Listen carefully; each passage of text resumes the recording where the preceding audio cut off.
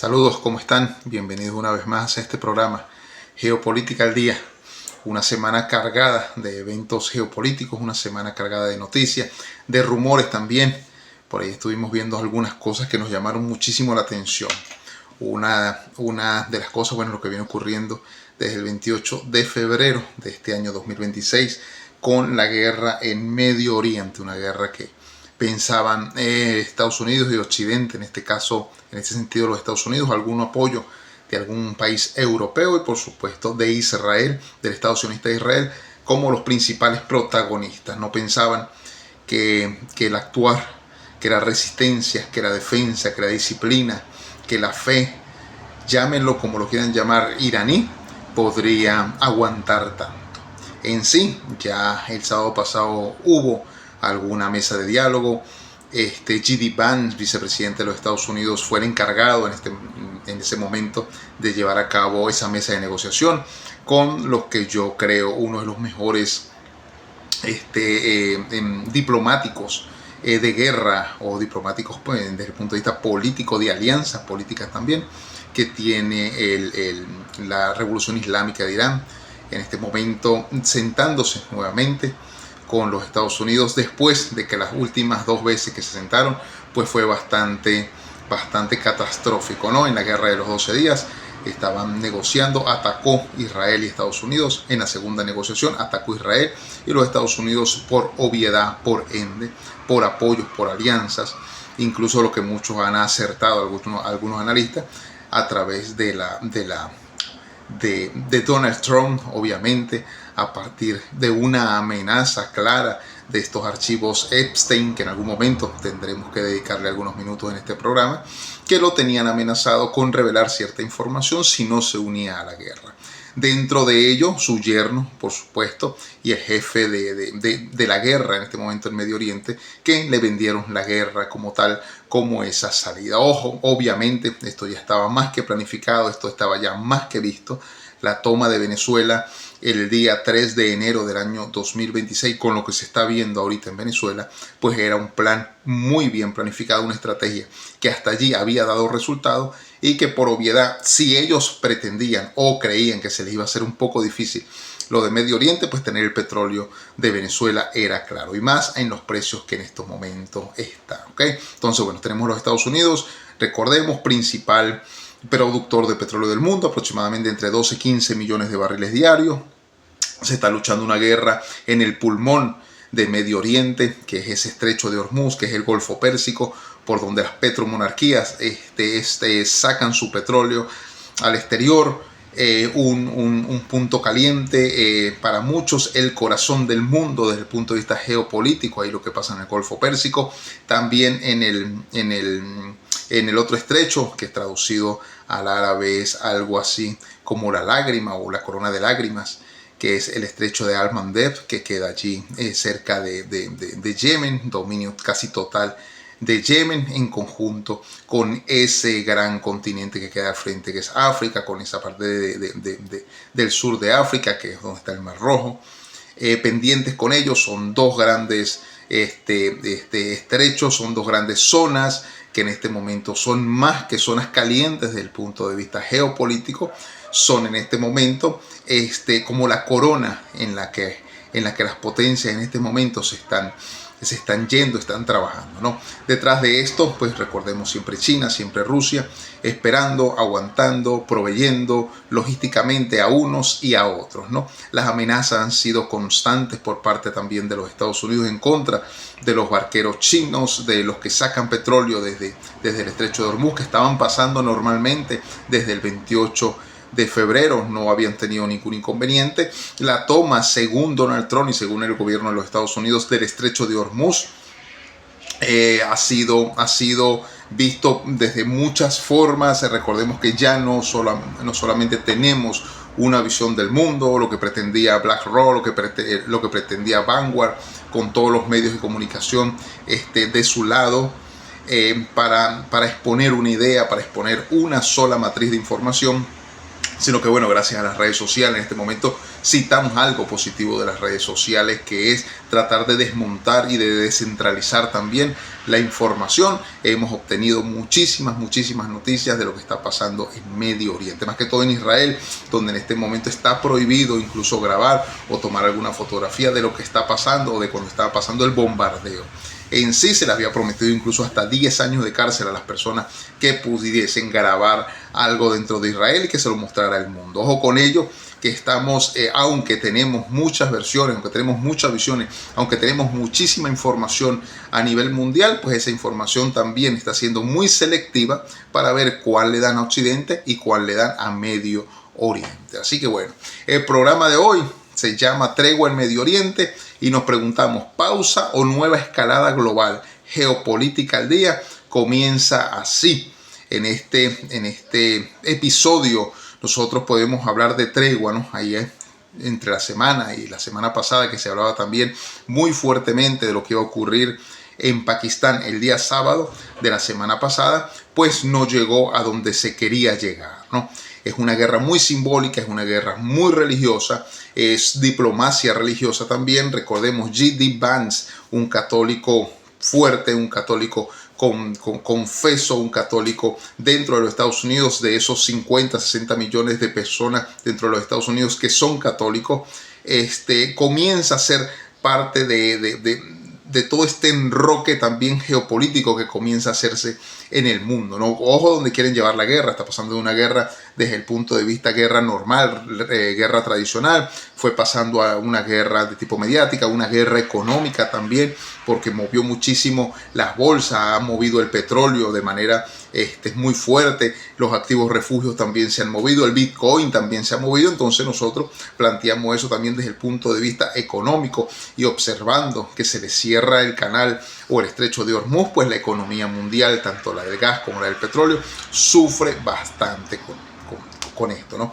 Con ello, Europa o esa zona sur de Europa, por ejemplo Italia, que es uno de los países más afectados, porque bueno, desde Qatar también, recordemos que Qatar, un gran productor de gas, también es exportador aparte de Europa. Europa en este momento está ahí como un enclave geopolítico que espera a unos, espera a otros, está entre las amenazas de Trump, entre las promesas de China, entre arrodillarse hacia Rusia, que provea nuevamente lo que proveía antes de la guerra que tiene con Ucrania, pactadas de hace 4 años, que ya siento que es necesario también destrabar ese bloque geopolítico, ese enroque geopolítico que hay allí entre Occidente metido en esa parte ex Unión Soviética, en esa parte histórica de un tronco, de un origen muy particular, y también los medios que ha tenido Oriente, lo que ha tenido Medio Oriente y que ha tenido Asia Pacífico también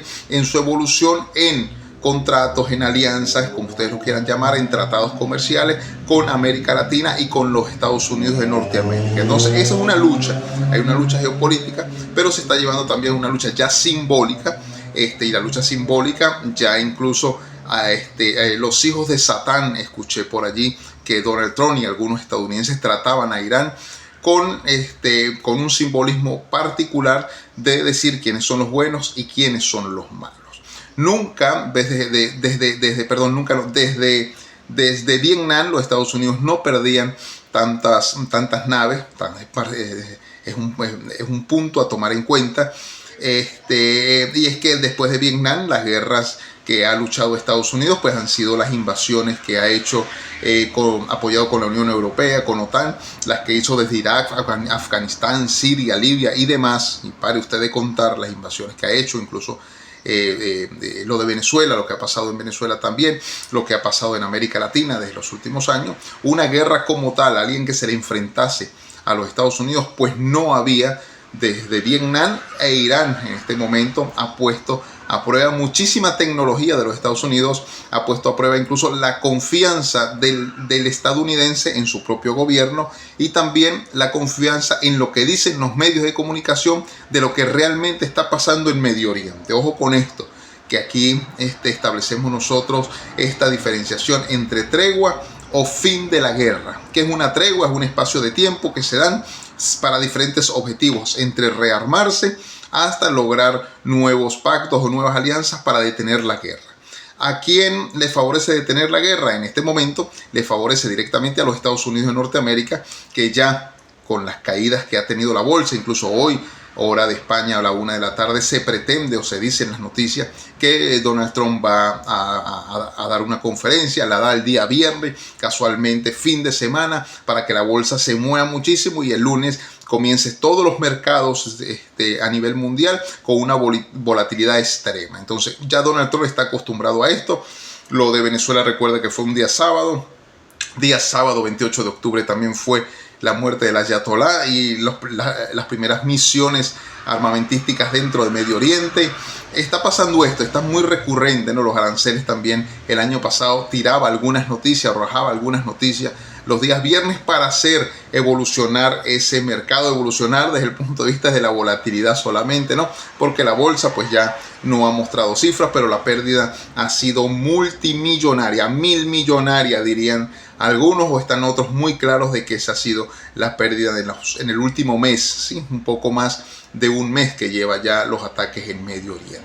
¿A quién le favorece la guerra? En este momento a Israel también, donde tiene a mayor parte de su población viviendo ya en containers, en sótanos, sin poder grabar, sin tener acceso a muchísimas cosas, sin tener acceso a la verdad. ¿A quién le favorece? Bueno, países como Emiratos Árabes Unidos, Arabia Saudita, a sitios como Dubái, donde bueno, parte del corazón de Medio Oriente estaba haciendo Dubái para negociaciones, para comercio, para los nuevos alquileres de las nuevas viviendas, último modelo que estaban saliendo en Dubái, se han visto bastante afectadas con este tipo de cosas. Se hablaba cuando comenzó la guerra de que podía haber también una guerra del agua, porque no solamente la guerra es simbólica, es religiosa, y es religiosa porque también recordemos que hay unos evangélicos que son sionistas y un grupo cristiano que son sionistas que nacieron ya a principios del siglo XX. Recuerden que el sionismo viene desde el siglo XIX, es un movimiento que se dio en Europa y por lo tanto tienen objetivos muy claros,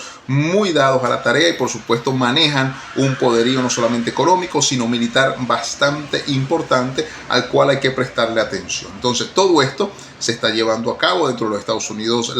La comunidad cristiana también ha crecido desde el punto de vista sionista y esto pues está siendo muy peligroso. Del otro lado están los católicos confesos, en los cuales encontramos nosotros a J.D. Vance, que pensó él que Donald Trump también era un católico. Donald Trump no es católico, por supuesto, pero siempre como asistía a la iglesia, estaba dando algunos detalles desde el punto de vista espiritual. No pensaron nunca que iba a decir las palabras que ha dicho, ese discurso del exterminio de los persas, que lo dijo así con todas sus letras. Eso trajo muchísimas consecuencias que fueron directas también al Vaticano. Recordemos la puja esta semana entre el Papa León y el presidente Donald Trump, que condujo también a una pelea interna de ese grupo de poder entre Giorgia Meloni y Donald Trump. Uno insistiéndole que Europa debería apoyar que se abriera el estrecho de Hormuz, porque era Italia y parte de Europa los que al fin y al cabo iban a perecer muchísimo si esto no se hacía.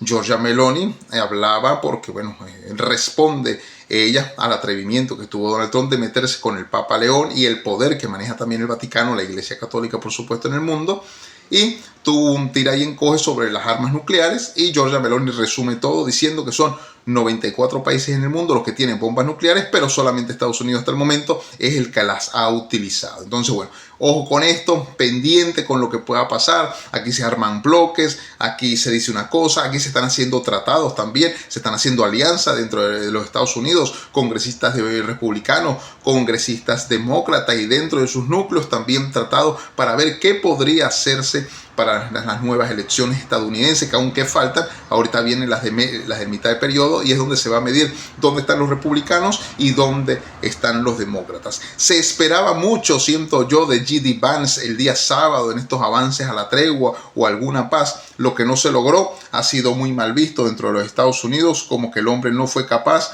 de asumir las responsabilidades que le tocaba, y aparentemente pues esto está llevando a otra medida, a otro piso o a un ascenso de la guerra vista desde otro punto de vista si no se controla, ¿no? No sé a quién irá a enviar porque QSAP, GD Ban ya fueron, Witkoff ya se sentaron ellos con los mediadores iraníes también, y todavía no se ha llegado a nada hasta el día 21 que vuelven a sentarse. Entonces, bueno, hoy el mundo vuelve a mirar hacia Medio Oriente. Siempre estamos empezando nuestra editorial así, pero esta vez hay un elemento que cambia el análisis que nosotros hemos hecho esta semana, y es que hay posibilidades de una tregua, posibilidades reales, lo cual es muy positivo para todos.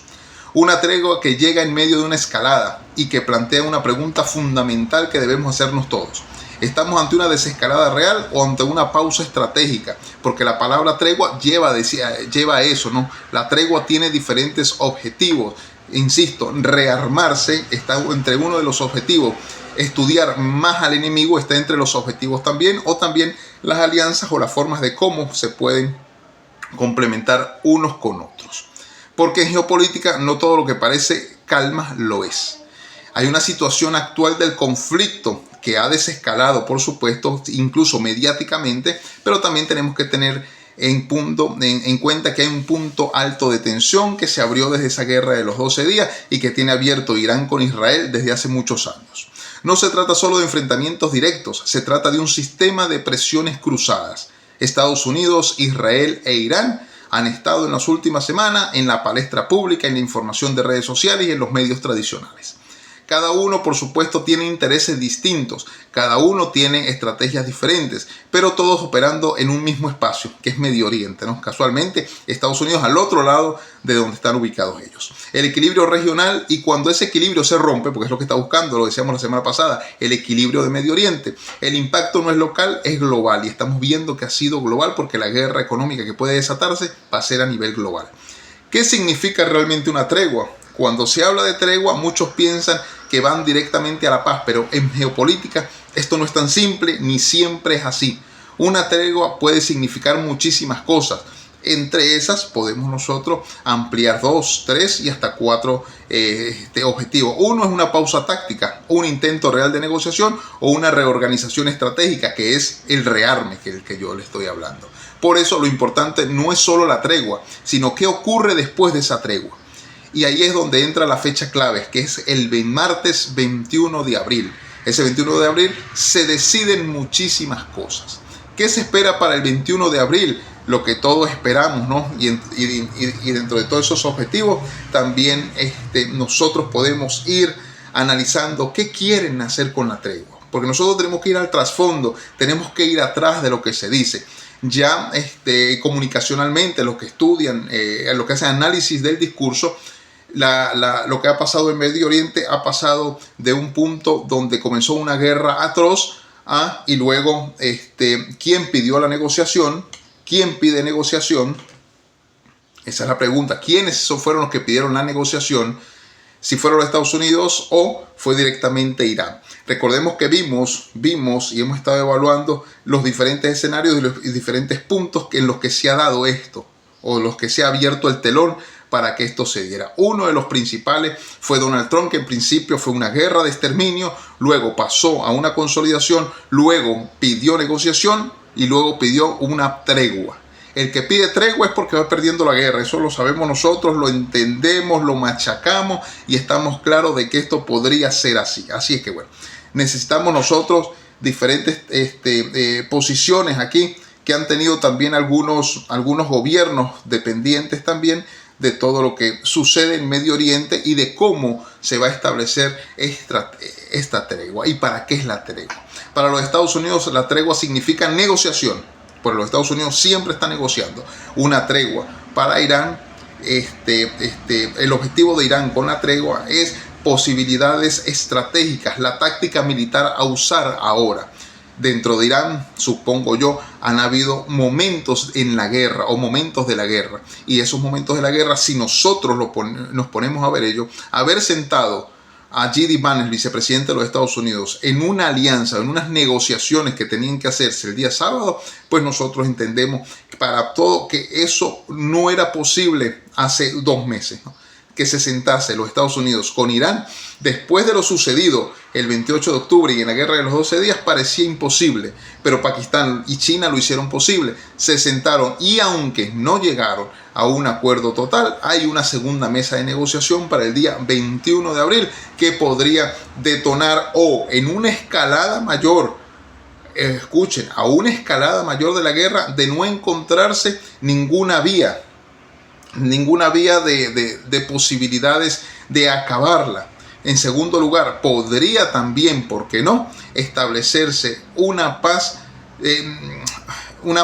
americana, como diríamos nosotros, ¿no? Es decir, la intromisión directa de los Estados Unidos, no solamente en las negociaciones, sino también desde el punto de vista diplomático y desde el punto de vista de embajada y, por supuesto, de bases militares dentro del territorio iraní o en nuevos territorios de Medio Oriente, de donde han tenido que salir en las últimas semanas. Hablamos de las petromonarquías. Ojo con esto, que nosotros aquí estamos analizando desde todo punto de vista qué es la tregua, para qué va a servir la tregua, porque no es el fin de la guerra. No es el fin de la guerra, estamos en una tregua. Y una tregua es ello, 10 días sin dispararse. En este momento se va a sentar también Israel con el Líbano, porque en sí el objetivo como tal, lo que quería Israel era no terminar la guerra, más bien continuarla, llevarla a otro punto, querer redimensionar la guerra hacia otro sitio, y con ello pues se ha tenido más bien que en este momento cimentar las posibilidades de guerra hacia otra cosa, ¿no? La guerra en sí, lo hemos repetido en este programa, no le beneficia a nadie, ni a los Estados Unidos, no le beneficia a Medio Oriente, no le beneficia a Europa, no le beneficia a nadie. Primero porque lo hemos repetido, hay una economía muy frágil, hay un PIB muy bajo en el planeta, hay una inflación muy alta.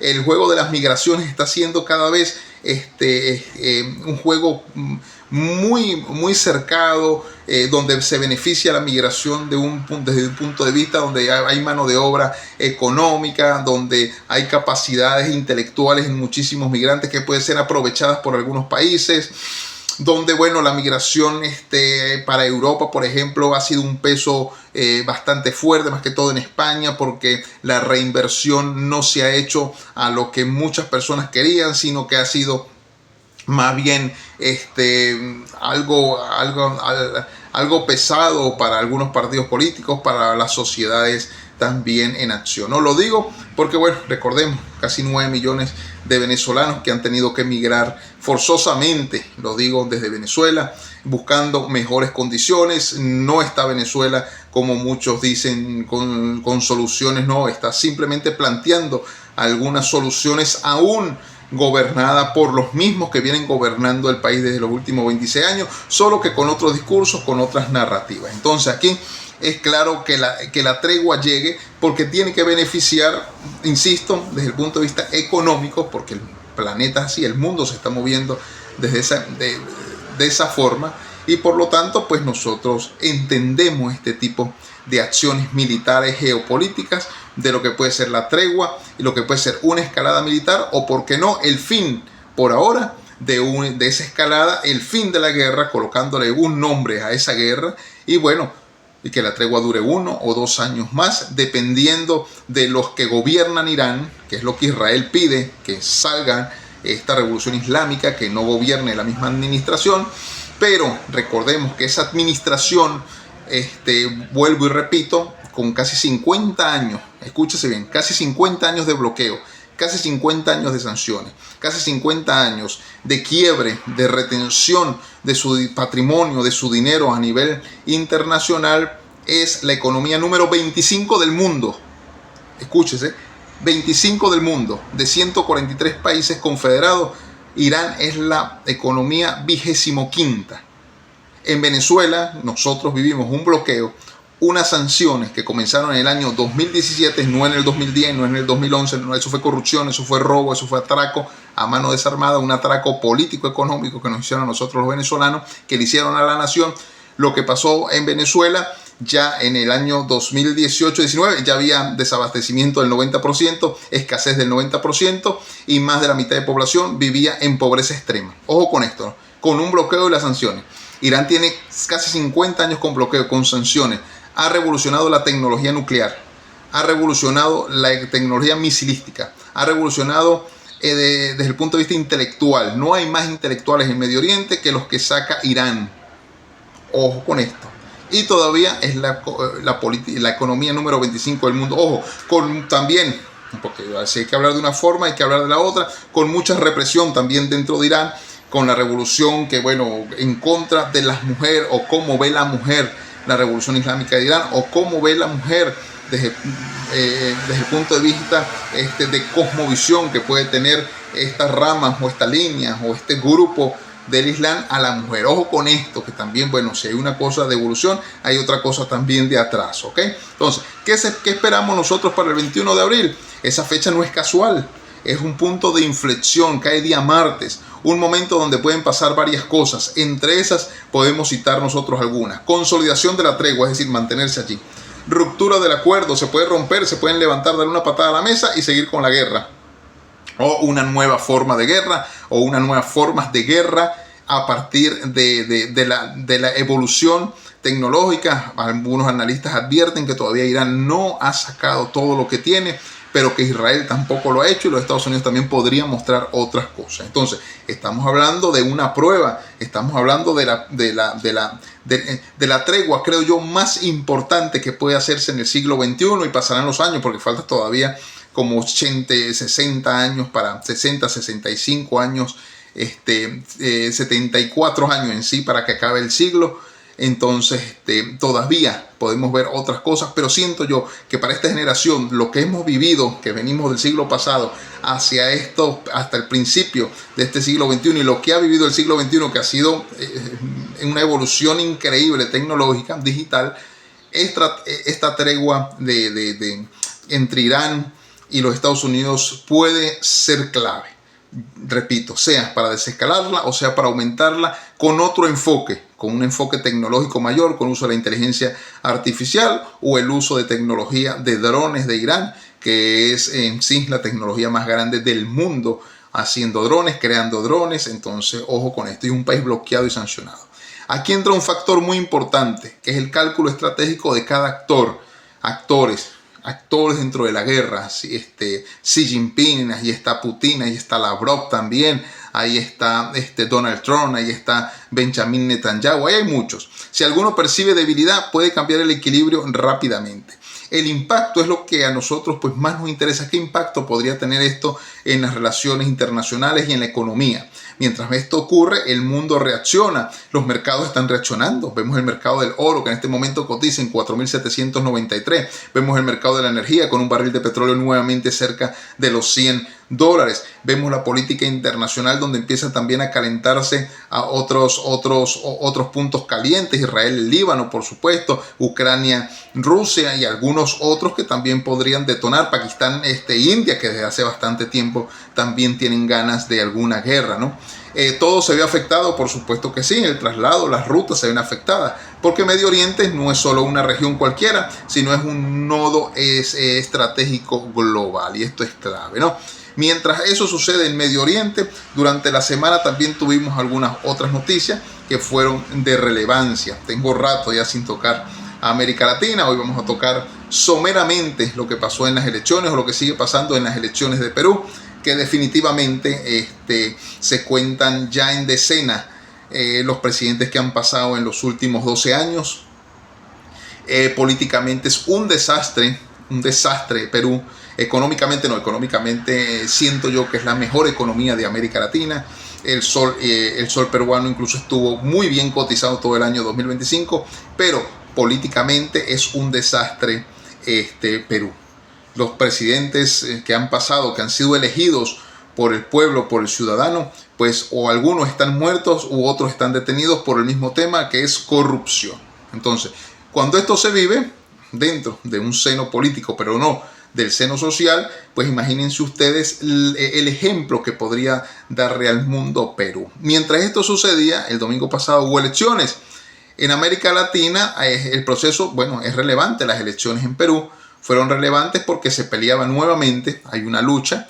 Hay que, bueno, detenernos un poco aquí para hablar de las dos grandes oligarquías que existen dentro de América Latina. Dos grandes oligarquías que vienen incluso, bueno, de la época de la colonia. Una es la bogotana, la oligarquía bogotana, que es una oligarquía bastante dura. Esa misma oligarquía después tuvo ciertas divisiones y inteligentemente, debo decirlo, que no es, dice, no es santo de mi devoción, Álvaro Uribe Vélez, pudo desestructurar esa oligarquía bogotana y la trasladó a diferentes regiones de Colombia. Ahora no existe solamente una oligarquía bogotana, sino también existen oligarquías dentro de Colombia, dentro de algunas regiones importantes. Cuando digo regiones importantes, tenemos que entender que Colombia es eso, Colombia y América Latina en sí son regiones, pero en Colombia se ve muy marcado también esta división social por estratos. Y esta oligarquía que no se le ve la cara en Colombia está actuando, ¿no? La llegada de Gustavo Petro demostró algunas cosas para la oligarquía bogotana. Ese pacto histórico demostró algunas cosas, llevando a un izquierdista, también participante del Foro de Sao Paulo del año 1992, llevarlo al poder con algunas políticas que ha hecho Gustavo Petro, pero que en sí parecen repetir según las últimas elecciones que hubo. El hombre se mantiene, aunque no con tantos adeptos como la primera vez, pues sigue punteando algunas encuestas por allí en Colombia. Pero la segunda oligarquía, para otros la primera, es muy fuerte, que es la oligarquía limeña, que tiene en sí a Lima controlada desde hace más de 200 años, en época colonial, lo repito, que incluso el mismo Bolívar a priori no entendía. San Martín se lo hizo entender en esa reunión que tuvieron ellos en lo que hoy se conoce como Perú. Le hizo entender que la oligarquía limeña podría ser una parte de la sociedad más relevante de América Latina. Eso hace más de 200 años, vuelvo y repito, y que viene acumulando, viene enriqueciéndose, viene también desestructurando algunos factores o algunos grupos de facto dentro de ese Perú que fue naciendo hace 200 años y que en la actualidad controla todos los medios de producción. Con ello está muy claro que cuando esto lo maneja un grupo, pues por supuesto cualquier grupo X que venga o que quiera gobernar, pues va a salir con las tablas en la cabeza, para decirlo en criollo. Y esto le pasó, por ejemplo, a un hombre como Pedro Castillo, que obtuvo la victoria a partir de ¿qué? De que su política se basó en el resto del Perú, menos en Lima. Porque en Lima, recordemos esas elecciones del año 2022, ganó Keiko Fujimori. En Lima, ¿no? El resto del Perú ganó el profesor Pedro Castillo, que bueno, creo que no duró ni 8 meses en el poder. Estaba cantada, pero las apuestas, todos los que apostábamos a que Pedro Castillo no llegaba ni siquiera al año de gobierno, ganamos. No llegó, se hizo una jugada magistral por parte de esos grupos de facto. Ojo, cuando digo grupo de facto, el chavismo entendió muy bien esto. El chavismo en el inicio con Hugo Chávez en el año 1999 y a partir de desestructurar una constitución que venía del 61, trató de que esa nueva constitución pues fuera un texto constitucional que fuese directamente a que todo hecho que pudieran ellos hacer fuera constitucionalmente correcto. Es decir, lo dijo Oscar Yáñez, fue el primero que lo dijo, es una dictadura con base constitucional. Lo dijo en el año 1996, 97, 98 y cuando se aprobó en el 99, incluso encaró al mismo presidente Chávez y se lo dijo, fue una dictadura con base constitucional, porque el chavismo entendió que tenía que acabar con los grupos de facto para poder crear nuevos grupos que gobernaran Venezuela en el siglo. Y fue logrado, ojo, no es que lo intentaron y lo lograron.